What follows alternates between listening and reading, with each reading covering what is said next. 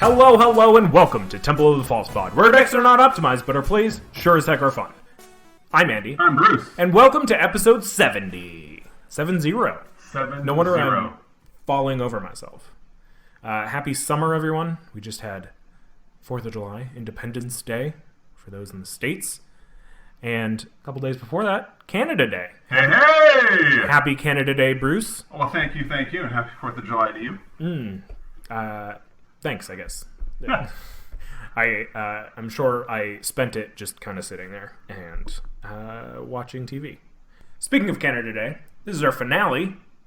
That didn't make sense. And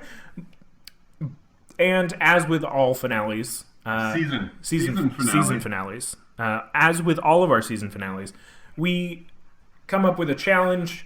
Last week we had said we're going to do this right. We're going to make this Canada Day. So we used that and a little bit of the meta going on, and we were like, you know what? Let's make this a BOROS deck using a legendary creature that says choose a background and a background as your commander. Yeah. So red and white, easy, because each of them are one color, and the other one's the other color. Yeah. We surprisingly chose inverse. Yes. I chose a red creature and a white enchantment, and you chose a white creature and a red enchantment. Yeah. Very cool. Yeah. Very Canada. We got some decks for you. We're going to go with Bruce's first. Sure. Because save the best for first. Let's see about that. Right. So my commander. For my commander, I chose Ellen Harbury's Busybody. I didn't choose this particularly because I thought she was Canadian in any way. I like what the creature does. So Ellen Harbury's Busybody. A 2/4 creature. She's a human peasant. Her ability is tap. Look at the top X cards of your library, where X is the number of tokens you created this turn. Put one of those cards into your hand and the rest on the bottom of your library in a random order, and then it says choose a background. I chose Ellen Harbury's primarily because, well, I'm a sucker for tokens. I also like the idea that, most of the time you're probably going to want to tap this on your turn because that's when you're going to make most of the tokens. But I did make an effort to find a lot of token producers that could produce tokens on other people's turns, with the idea being I would rather not tap her until until right before my turn. A 2/4 creature is probably not something I'm going to swing with, but it wouldn't be bad to block with. So, anyways, that's Ellen Harbury's Busybody. And the legendary enchantment background I chose was Popular Entertainer. For 1 and a red, this enchantment reads, Commander creatures you own have, whenever one or more creatures you control deal combat damage to a player, goad target creature that player controls. Now, I did choose this one to follow the Canada theme. Yeah. Primarily because I have decided that goad is a very Canadian kind of theme. Yeah. Canada is known to be a diplomat on the world stage. Canada as a country is not known to be an aggressive fighting force. Canada had a good showing in the World Wars, but primarily as a smaller unit. So I wanted to focus more on the diplomacy side, so I built a deck that uses goad a lot. Yeah. Probably too much, but I like the idea and really wanted to run with that. So I had thought about using this one as well, if only for the entertainer aspect. Right. We have a lot of celebrities from Canada. We have a lot of, Magic podcasters from Canada. Bruce. And, you've got places like Toronto and Vancouver, which are hubs of the film industry. Right. For tax write-offs and whatever. So the other part, it's a good one. Yeah, and the other part for this was, if Ellen Harbury's is giving me card draw for tokens, well, if a lot of my tokens that I create are creatures, then in theory that should also work with the Popular Entertainer, because whenever one or more creatures I control deal combat damage, well, if I'm attacking with 5 token creatures, they're the one, that's how I'm going to be dealing damage. So I thought that was sort of how I wanted to go. Yeah. What I do find unfortunate about this is that it's one or more. So like if you have 5 and 5 get through on one player, you get to goad one creature. Yeah. But if you split it up, obviously you get to goad a creature from each player, and if you have double strike or whatever, then great. Right. So that's fine. I'm not worried about multiple goads with my creatures. If you look at the deck, I have 11 cards in addition to the background that goad in some way. And some of them are sorceries, but a lot of them will do this repeatedly, turn after turn. So we can go down that route. Before I get into individual cards, though, so goad was one thing. Obviously, I have a number of cards that create tokens, and I tried with my token creation, with my ramp, and with my card draw. It just seems very Canadian to share. So I tried to use a lot of cards that either when somebody else gets something, you get something, or when you get something, somebody else gets something. So I tried to do a lot of that sort of thing. So, like for example, in the card draw, one of the cards I have is Cut a Deal. So each opponent draws a card, and then you draw a card for each opponent who drew a card this way. Trying to make that sort of thing work. I've included Humble Defector in here as well as another option. Just all, and all sorts of things along those lines. The ramp package probably doesn't hit it quite as hard as I wanted it to, but it does have Mana Flare, and Spectral Searchlight is there. Treasure Nabber is part of that. Let's share. I'm borrowing your artifacts to tap for mana, but I'm going to give them back. You're not going to lose anything on this deal. I'm just going to get something. Yeah. So I thought that was kind of nice. And same with the token setups. Like one of my token creators is Alliance of Arms. So starting with you, each player may pay any amount of mana. Each player puts a X 1/1 white soldier creature tokens on the battlefield, where X is the total amount of mana paid this way. Oh, neat. So it's your universal healthcare right there. Yeah, I mean, everybody, if I'm going to make X 5, so I'm going to pay 5 mana. Mm-hmm. Well, everybody's already getting 5/1/1s. So it's just a matter of, do you want more? Right. So let's all get more. Yeah. I thought that was a nice setup. I like too that like you said before, this kind of comes back on the goad thing too, where like you have more ways to use your own creatures or your own tokens than your opponent. So like if you're forcing your opponent to attack with those tokens at other people, great. Right. You don't have to worry about them pumping it up. All the more reason, if I've got an opponent who doesn't have creatures to be goaded, well, here, have some creatures, and now I'm gonna force you to attack with them.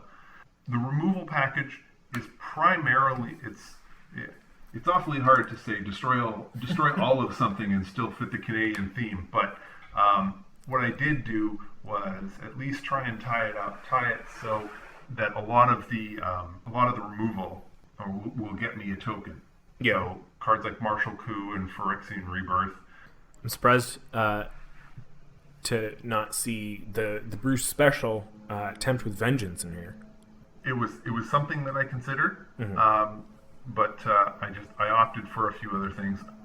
I've got Tempt for Vengeance in other decks. I wanted to try something a little different. Another one as far as the land package, I went with the snow-covered mountains and snow-covered plains for obvious reasons.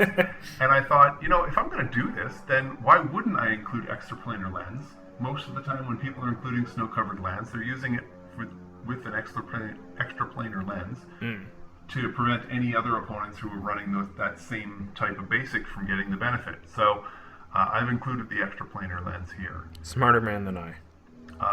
And also tying into the sharing aspect, Forbidden Orchard is here. So, classic. Tap a mana here, have a creature. And more importantly, Rainbow Veil is in here. For those of you who don't know Rainbow Veil, it's a land from Fallen Empires. It says tap to add 1 mana of any color to your mana pool.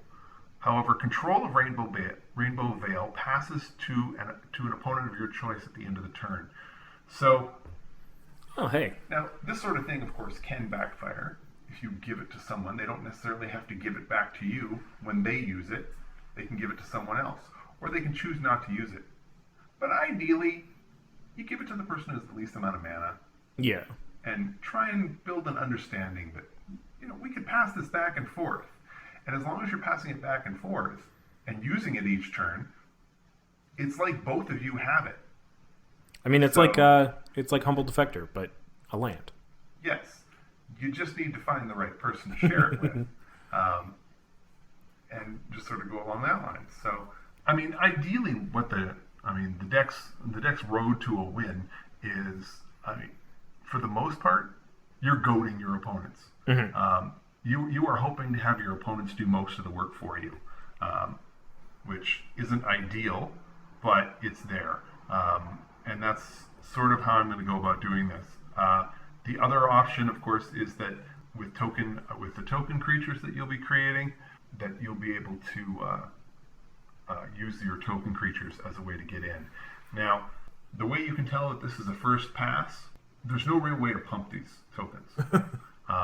There's not a lot of subtlety here.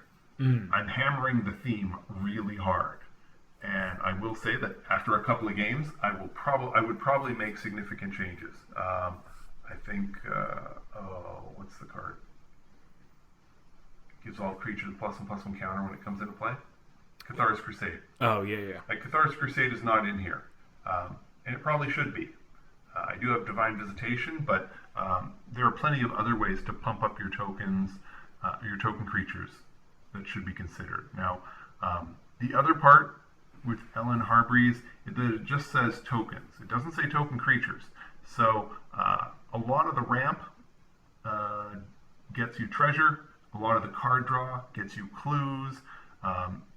Anytime that I thought I had an opportunity to do what I wanted to do and somehow add a token to it, I did it. So it goes through there. But I will say, to be fair, a lot of the cards individually, they don't follow that Canada theme quite as much as I really wanted it to. It's awfully, I don't think Death Kiss really fits into any kind of Canada theme at all, but it's in there. So yeah, I mean it's nifty. It's a nifty little card that does the goad thing, which is kind of obviously why you have it in there. Right? It does it does? Okay. Yeah. It's a sweet little deck. It's especially for a first pass. I mean, I think like you said. It does its thing. It makes tokens. Right. Whether or not those tokens can sustain the deck is up to a few plays. And I mean, outside of that, you have 21 other creatures. So it's not terrible. It's a little low, but I think right. That's where you kind of play it and see what comes in and goes out. Right. But I think I like the sharing aspect, especially as a casual Commander player, and I like that. I mean, there are plenty of other cards that do these types of things as well. So I'll say one of the other cards that I was thinking about when you talked about sharing, and it was something that it's relatively new, and for whatever reason it had gone under my radar. Flumph.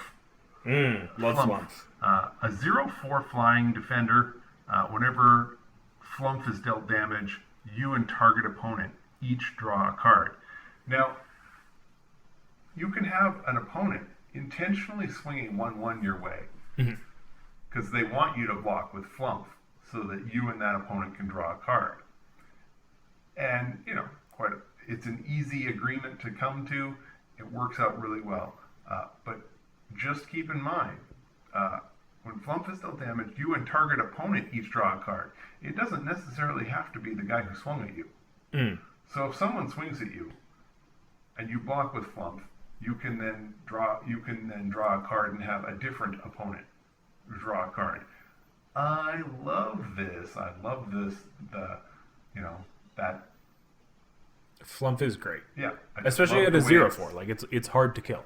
Yeah. Oh, yeah. It's not the easiest thing to kill with combat. So, the other card that I've seen a lot lately, and just decided it would go well in this deck because of what it does, because it produces two different kinds of tokens. Master of Ceremonies. So Master of Ceremonies is a 4-mana Rhino Druid who is a 3/4, and it says at the beginning of your upkeep, each opponent chooses money, friends, or secrets. Pardon me. For each player who chose money, you and that player each create a treasure token. For each player who chose friends, you and that player each create a 1/1 green and white citizen creature token. And for each player who chose secrets, you and that player each draw a card. So, caring is sharing. Very, very, very Canadian to be offering up all these resources to others to help them along while collecting a few on their own. And for this deck, you're getting a treasure token, you're getting citizen creature tokens. So just on your upkeep step, you could, in theory, get 3 tokens if your opponents choose that line. And I mean, otherwise, like, the reason you want to make tokens anyway is to draw a card. So like, it's either make a token so to your use later, when they see Master of Ceremonies and Ellen Harbury and my commander out there, if they choose anything but draw a card, then they are in essence like, if you choose the treasure, then I get a treasure and a card. Yeah. And that might prove to be a tough pill to swallow. So I suspect there will be a whole lot of card draw, but I mean, nothing says Master of Ceremonies is going to be out there with the commander all the time. So. Yeah. I mean, I think the raw end of the deal you get is with the citizens. I mean, like, it adds to X, sure, for Ellen Harbury's, but with Ellen Harbury's, you're drawing 1 card. Granted, you get to select out of X number of cards, but I think it's really cool that like, obviously Ellen Harbury's would be broken if it was like, take any of them and put them in your hand or something, but I think this works really nicely in that synergy. Yeah. And the other part is, if you have a way to make a token on one of your opponent's turns, like you said, either way you're drawing the card. It's just a question of how good the card could be. Right. But if you were determined to keep Ellen untapped, then you could just wait for your opponent's last turn. Use, I don't know, I think I've got, I thought I had Sacred Mesa in here as a token producer, but I could be wrong. But if you have something that you can use on your opponent's turn, then you can just wait. And even if it means that you just draw the card you draw, as opposed to holding a mitt full of cards and picking one, you go with that. So, I think too, what's interesting with this is that, I mean, obviously there's so many token producers out there, and you can go any number of ways with it. And obviously, you want to lean toward instant so that you can activate her on other people's turns. Right. But say, with Delina Wild Mage, you get a really good run of rolls, and you just make so many tokens of one creature, you get that huge attack, and then at the end of the turn you tap and you get to choose a card off of the top, say 10 or 6 of your library. But I think this could probably use a few more, like, for sure token generators, even if it's just like 1, like hold up, 4 mana for what is it? Well, I thought I had put Sacred Mesa, but obviously it's not on the list. So that would be one card I would be including, just because you can make the creatures at any point in time. And I do like that. There are a few other token producers in there the white part of the ramp package. So you've got Brass's Bounty or the White Castle, I think, taps to make a creature with like 3 mana or something. But I mean, obviously that's just 1. Yeah. But you know, sometimes it's really all you want. Yeah, this is sweet. Mm-hmm. I kind of want to play against it.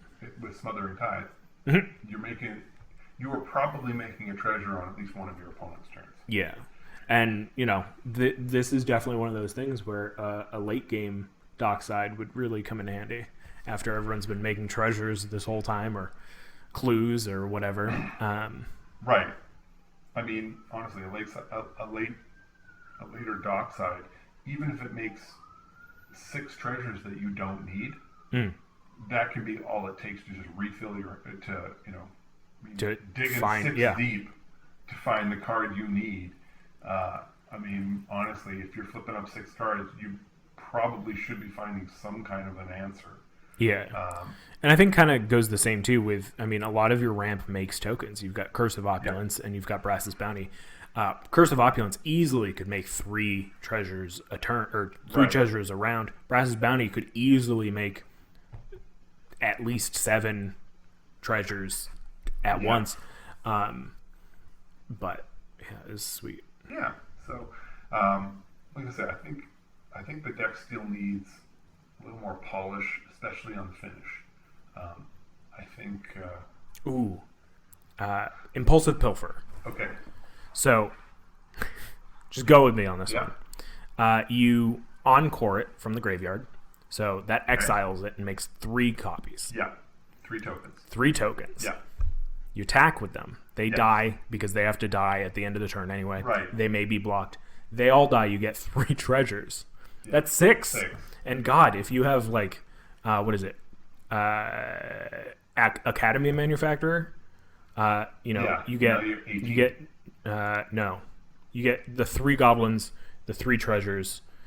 You get 12 because each treasure would make a food and a clue as well. So 3, 3, and 3, and then the 3 goblins. Yeah. So that's 12. But like, you know, that's you're getting 3 of them at that point. Probably a quarter of your deck, or a quarter of your library. You get to choose a card. Yeah. So now you're gonna look at those next 12 cards, pick the best one, and put the remaining 11 on the bottom of your library. Yeah, they're not going anywhere. Yeah, they're just going to the bottom. Exactly. It's not like you're exiling these; they're just going to the bottom. And I was trying to work out a way with her and Grenzo. But that's a whole lot of hoops to jump through to try and set up the bottom of your library.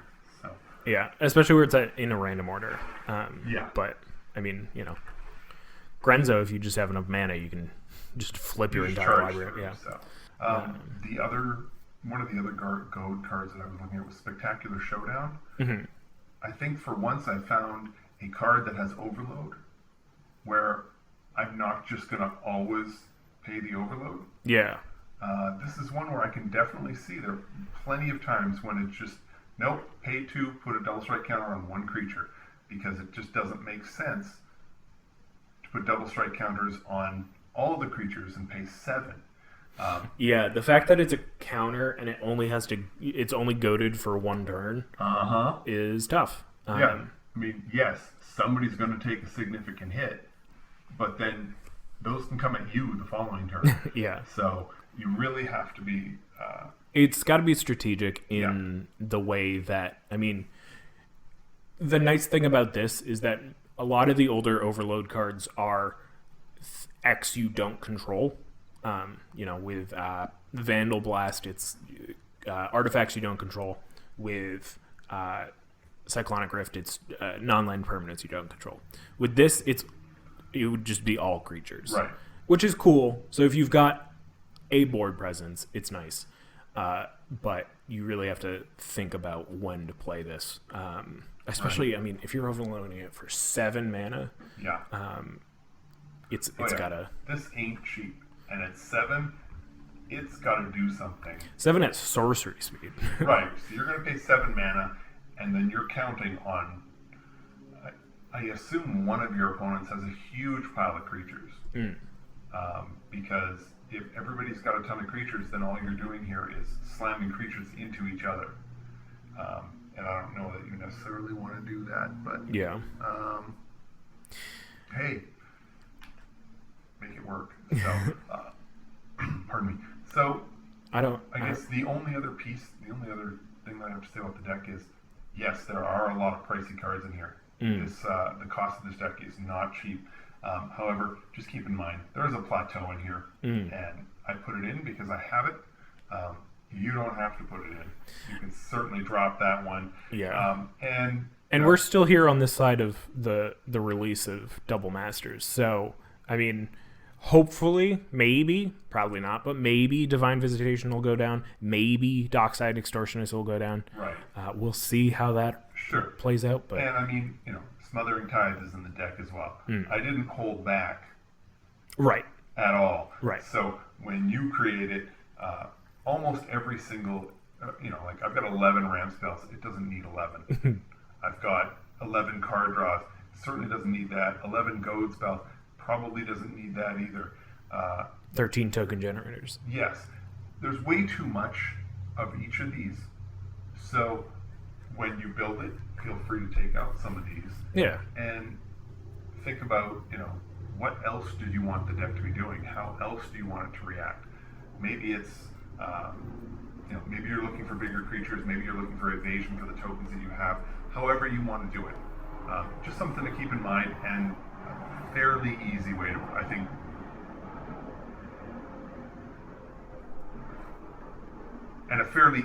bring the price of the deck down. Yeah. It's funny. It was the first thing I noticed, probably because it's just staring at you at the top of the page. But it's also something that I don't really pay attention to when doing these exercises, because I'm not generally going to definitely build these decks. But it's always interesting to see how they come out at the end. I think it's time for our break. Yeah, let's throw it to our break.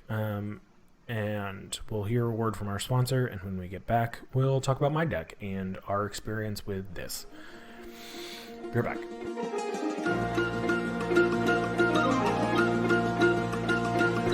All right, we're back. Welcome back to our season finale of Season 6. This is episode 70. 70. As with every season finale, we make decks based on a theme. We try to really go hard on the theme. Sometimes it works better than others. We had, regrettably, a germ-themed deck because of the coronavirus. What else did we do? Barbecues. That was a good one. Last season we did spring. Yeah. And now it's summer. There we go. So we figured Canada. Yeah.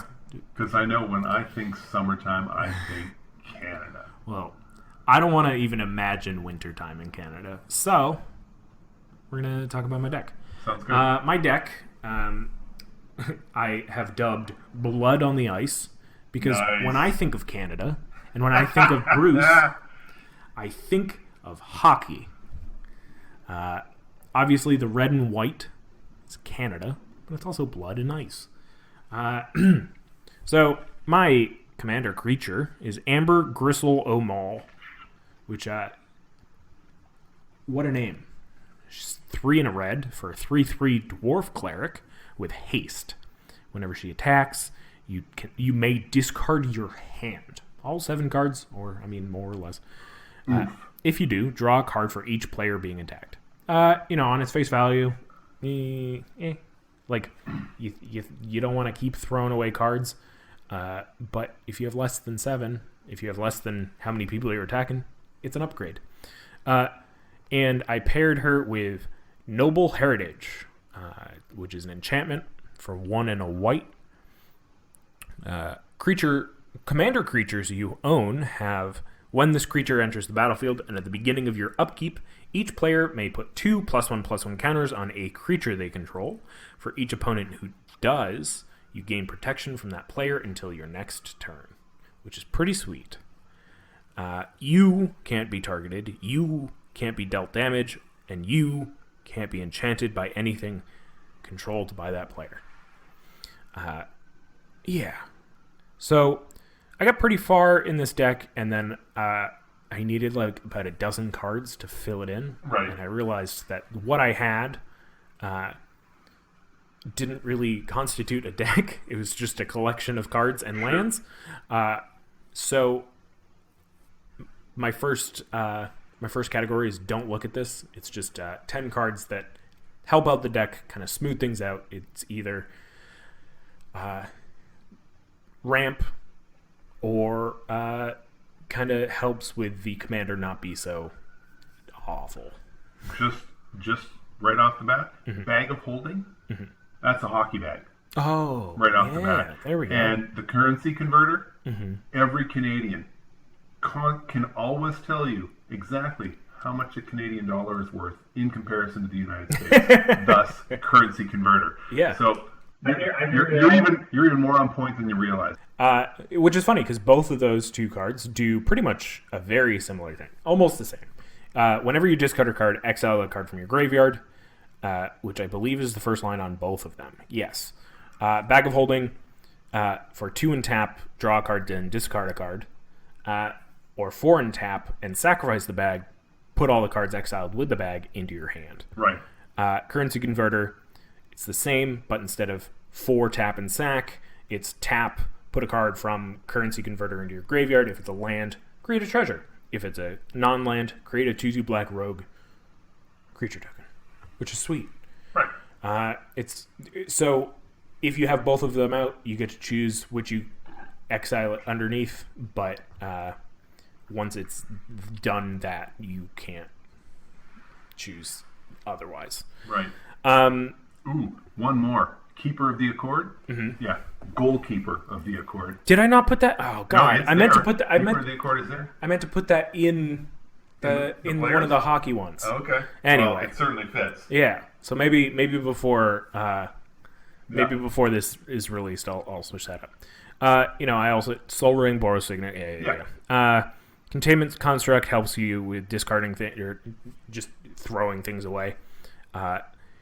If you discard a card, you may exile it from your graveyard. If you do, you may play it this turn. So it's really not too much of discarding.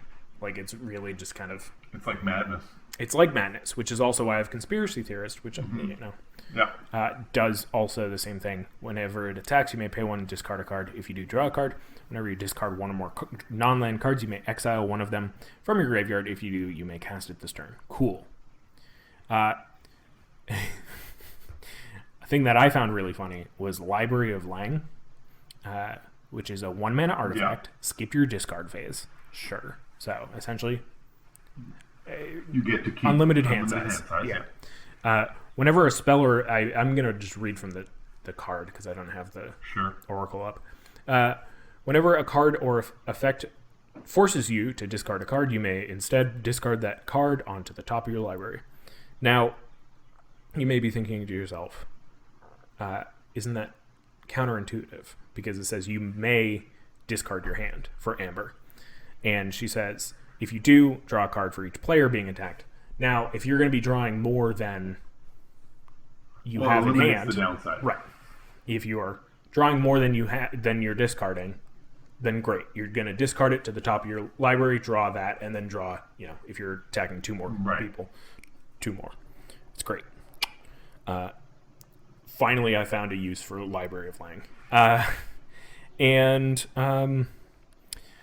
So now to the theme of it all. Like I said, 2 things I know about... the one thing I know about Canada, hockey. So what is hockey like but fighting? I've got 8 cards in here for fight, whether it's the card references fighting in itself, if it fights creatures, or goads. So Blood Feud, pretty obvious. You fight. Clash of Titans, I believe, is also fight. Disrupt Decorum, Vengeful Ancestor, Goad, Gravitic Punch. I just liked the punch factor. Sure. Vengeful Ancestor, I feel like this card should be a lot more. It's 2 red, 3/4 flying. When it enters the battlefield or attacks, so it's got that Titan clause. Goad target creature. Whenever a goaded creature attacks, it deals 1 damage to its controller. It's spectacular. Now, I realize it's holding a mace. However, from that angle, with that look, it could be a hockey stick. Yeah, right? It could definitely be a hockey stick. Spectacular Showdown, obviously, it's very, hockey's a big ado. Yeah. And what's more than fighting is that you have to get to the goal. Another one of my headers. We've got Aggression, Duelist Heritage, Ember Cleave, Lunar Frenzy, Outmaneuver. So these are things that are either going to disincentivize your opponents from blocking or trample. So right. Duelist Heritage is really the one that disincentivizes your opponents from blocking, just because whenever one or more creatures creatures attack, you may have target attacking creature gain double strike until end of turn. Note that this does not say one or more of your creatures. So you can have your opponent's creatures get double strike during their attack phase. It's great. That is great. Very cool. From, I believe, New Capenna Commander. Aggression, I just thought was a funny card. Also Aggression, because hockey. Target non-wall creature gains first strike and trample, which is an amazing thing. And this is an enchantment. The beginning of its controller's turn, destroy that creature if it did not attack that turn. So, it's just an excellent little thing, because if you're going to be attacking anyway, then why would you stop?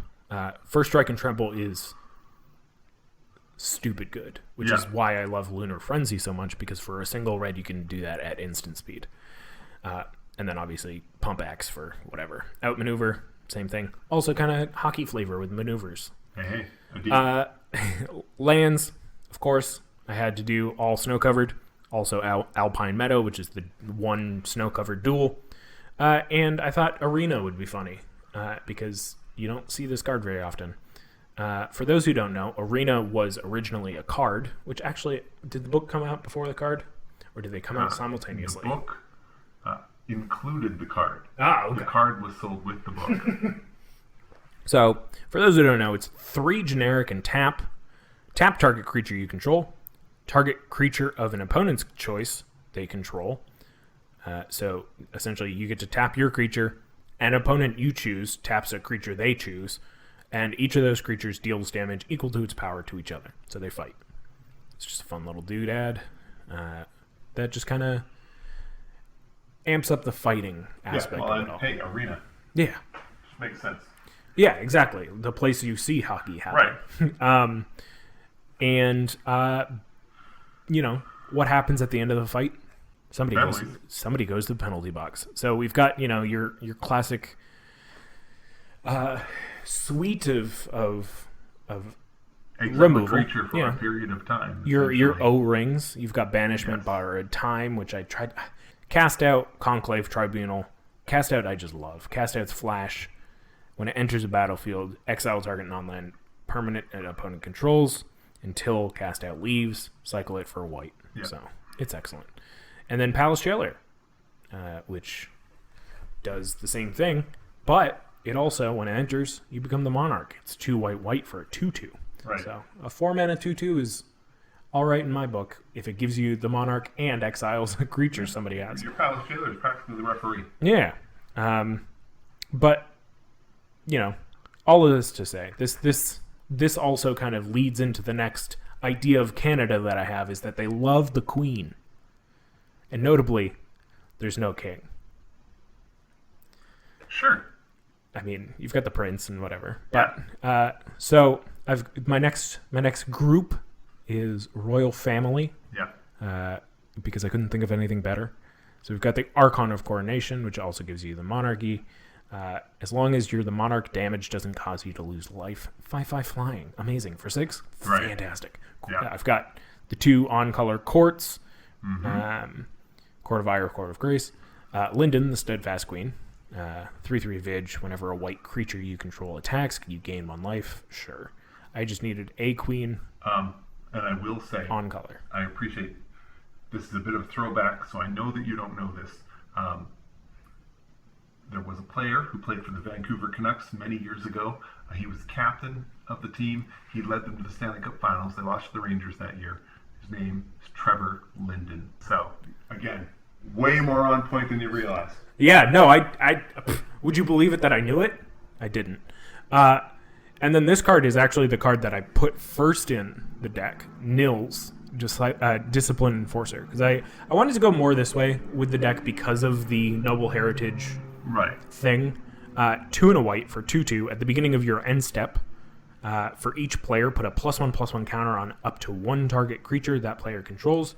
Each creature with one or more counters on it can't attack you or planeswalkers you control unless its controller pays X, where X is the number of counters on that creature. Nice. Also, fun fact, they can attack you if they just kill Nils. Yeah. But it's a fun little propaganda type effect that really plays on the fact that there are just going to be counters out there regardless of your doing anyway. But you get to put counters on things, and at the beginning of your turn, because of Noble Heritage,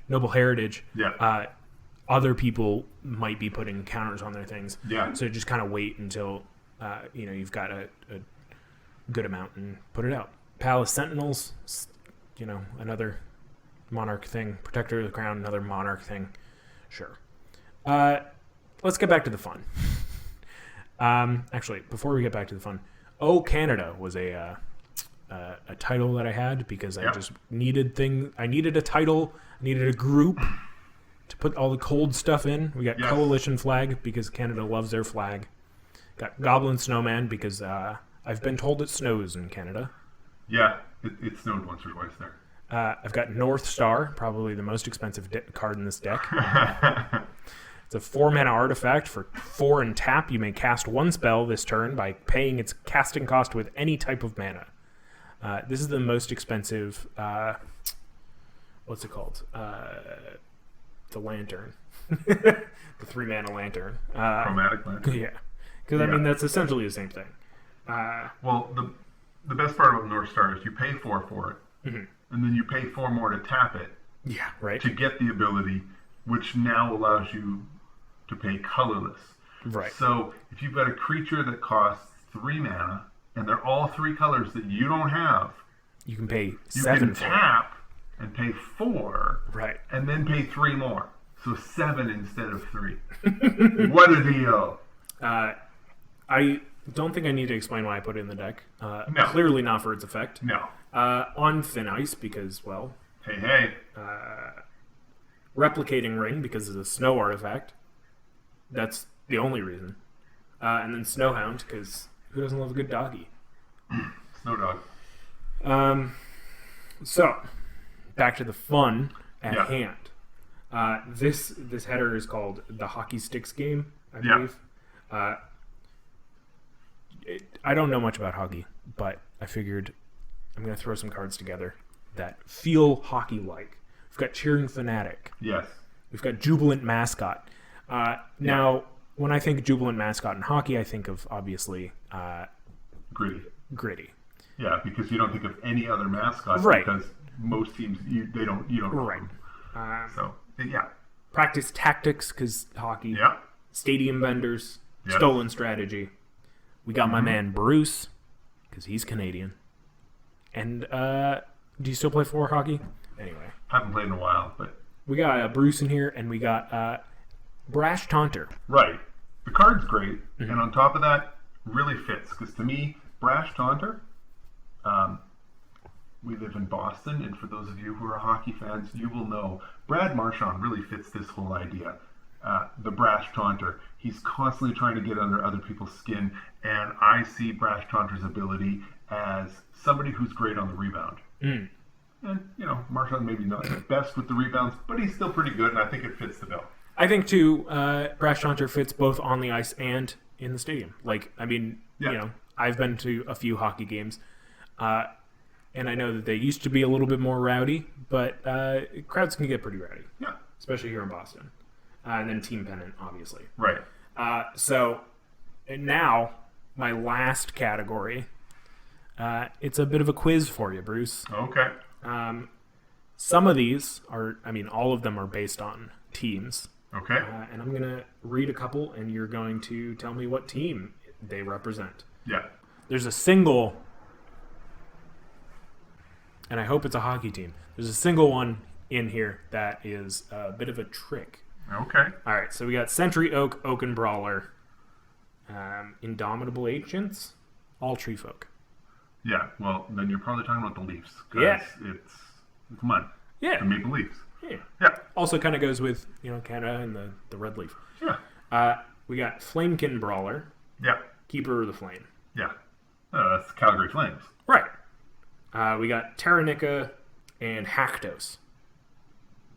This one might be a little bit harder. That's a little tougher. Yeah, I think you got me on this one. The Senators. Oh, okay. Yeah, all right. They're heavily Greek inspired. That makes sense. That makes sense.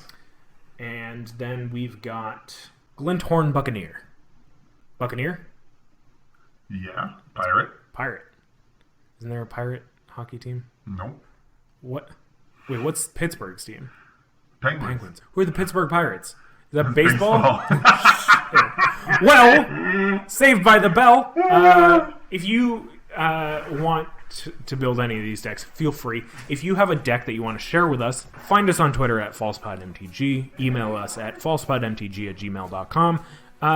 It's wonderful to have had another successful season 6, the only season 6, and we'll see you guys in 2 weeks with season 7, and between then we've got a few mini episodes where we just kind of talk about a thing that we've found inspiring lately in the Magic world, and we're so excited to share those with you. We'll see you in a couple weeks. Thank you so much for listening. We're Temple of Falsepod, where decks are not optimized, but our plays sure as heck are fun. I'm Andy. I am Bruce. Again, thank you for listening. The past 70 episodes, amazing. Have a great night, and may your 5th land be the Temple. Oh, Canada. Bye.